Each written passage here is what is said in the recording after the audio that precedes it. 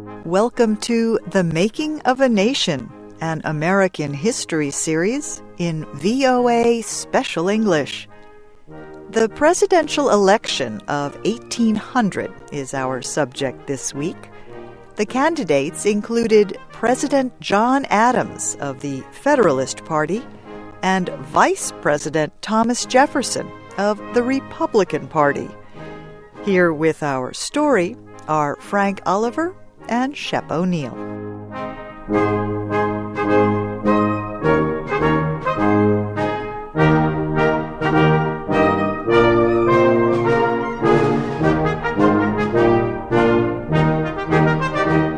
As president, John Adams was head of the Federalist Party. But the power of that position belonged, in fact, to former Treasury Secretary Alexander Hamilton. For this and other reasons, Adams did not like Hamilton. He said, "Thomas Jefferson will be a good president if elected. I would rather be a minister to Europe under Jefferson than to be a president controlled by Hamilton." Hamilton did not like Adams.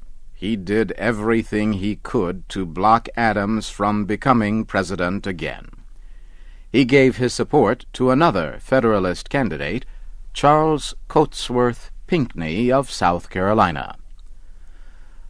Under the electoral system of that time, the candidate with the most votes became president. The candidate with the second highest number of votes became vice president. A Federalist victory in the election of 1800 would not be easy. The Republicans had a very strong and popular candidate, Thomas Jefferson. So Federalist Party leaders attempted to change the electoral system. The Constitution said state legislatures were to choose electors to vote for president.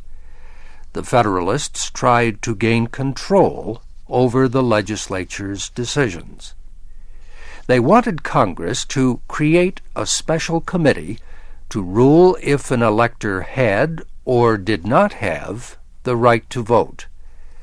The committee could say if an elector's vote should be counted or thrown away. The committee would have 6 members from the Senate and 6 members from the House of Representatives. The 13th member would be the Chief Justice of the United States. Creating such a committee violated the Constitution.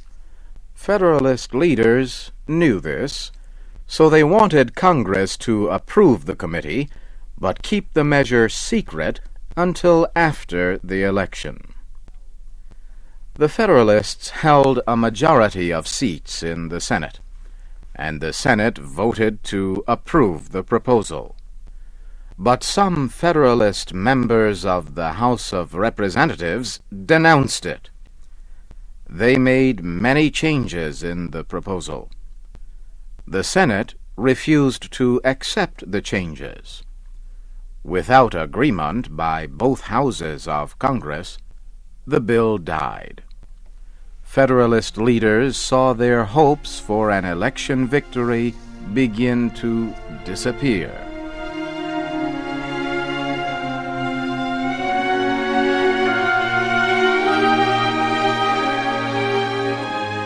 By the summer of 1800, Thomas Jefferson's Republican Party had strong leaders in every state. It had many newspapers to express party ideas. Jefferson decided to take a holiday at Monticello, his farm in Virginia. The Republican Party leader in New York was a lawyer, Aaron Burr. Burr had served as an officer under General George Washington during America's war for independence from Britain. After the war, he joined the Federalist Party and was elected to the United States Senate. Later, he changed parties and became a Republican. In 1800, a group of both Federalists and Republicans supported him as a candidate for president. Aaron Burr and Alexander Hamilton were bitter enemies. When Hamilton learned of a plan by his own party to elect Burr president instead of Jefferson, his reaction was quick and sharp. "Anybody," he said, "even Thomas Jefferson, is better than Aaron Burr. Jefferson is not dangerous. Burr is. Jefferson's ideas of government are wrong, but at least he is an honest man. Burr is a man without honesty and character. He will destroy America."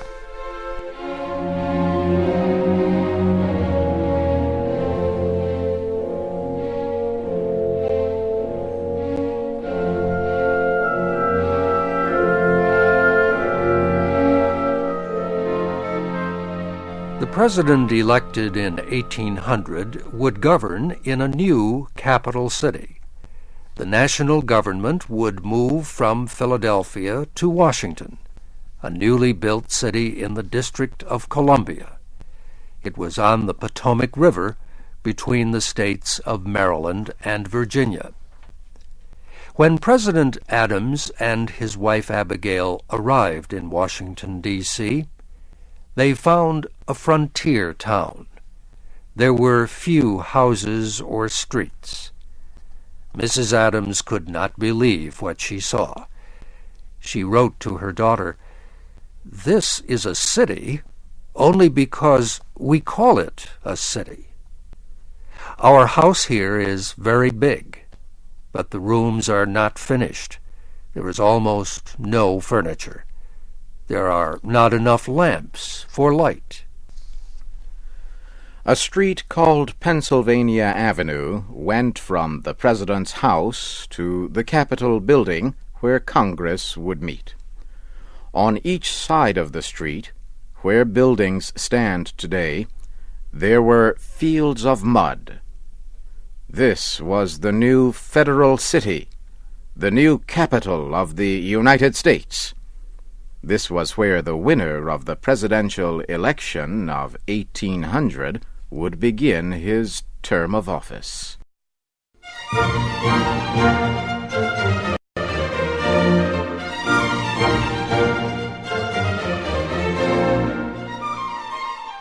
George Washington won America's first two presidential elections without opposition. John Adams won the third presidential election by 3 votes.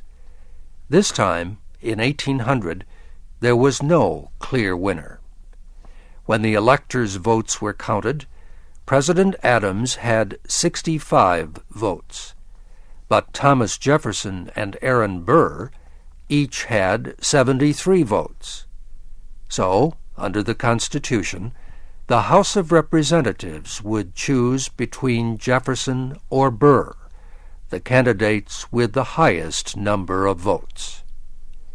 Each congressman could vote, but each state had just 1 vote. That vote would go to the candidate supported by a majority of congressmen from the state. A candidate had to receive a majority of the state votes to win. In 1800, that was 9 of the 16 states. The Federalists saw the situation as their last chance to control the presidency. They had 2 plans. They would try to block the Congress from electing either Jefferson or Burr as president. Then they would try to find a way to put executive power in the hands of a Federalist. If that plan failed, they were prepared to elect Burr. The Federalists tried to make people believe that Burr was working with them against Jefferson. Burr denied this. In a letter to Jefferson, Burr wrote, Every Republican wants you to be President of the United States. Every good Republican wants to serve under you. I would be happy and honored to be your Vice President. And if you believe I could help you better in some other position, I would do so.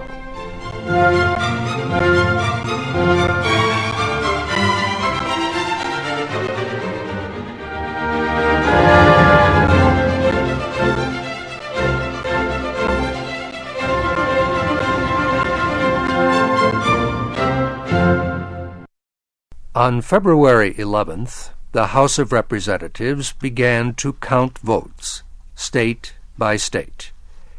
8 states chose Jefferson. 6 chose Burr. The representatives of 2 states, Maryland and Vermont, gave each man an equal number of votes. There was no majority within those states, so neither man won the votes of those states. The voting continued.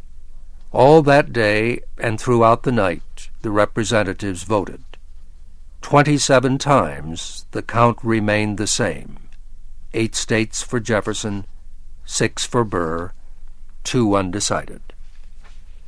The next morning, the representatives decided to rest for 4 hours. The voting began again at noon.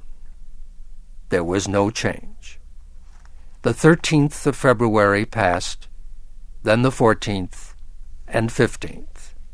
Still no change. The House voted 33 times. It could not elect a president. A change in the vote of just one congressman from Maryland or Vermont could decide the contest. Later, after the election, the representative from Delaware said he had met with 2 congressmen from Maryland and 1 from Vermont. All were Federalists. All had voted for Aaron Burr. The Delaware congressman said they claimed they spoke with a friend of Thomas Jefferson. He said they told Jefferson's friend they would change their votes if Jefferson made certain promises. Jefferson denied that he had made any political promises. He said many men tried to get promises from him, but he said he told them all that he would never become president with his hands tied. History experts do not agree on what really happened. What is sure is that the House of Representatives voted for the 36th time on February 17th. 10 states, including Maryland and Vermont, voted for Thomas Jefferson. 4 states voted for Aaron Burr. 2 states, Delaware and South Carolina, did not vote. But Jefferson had the majority he needed. He would be the new president.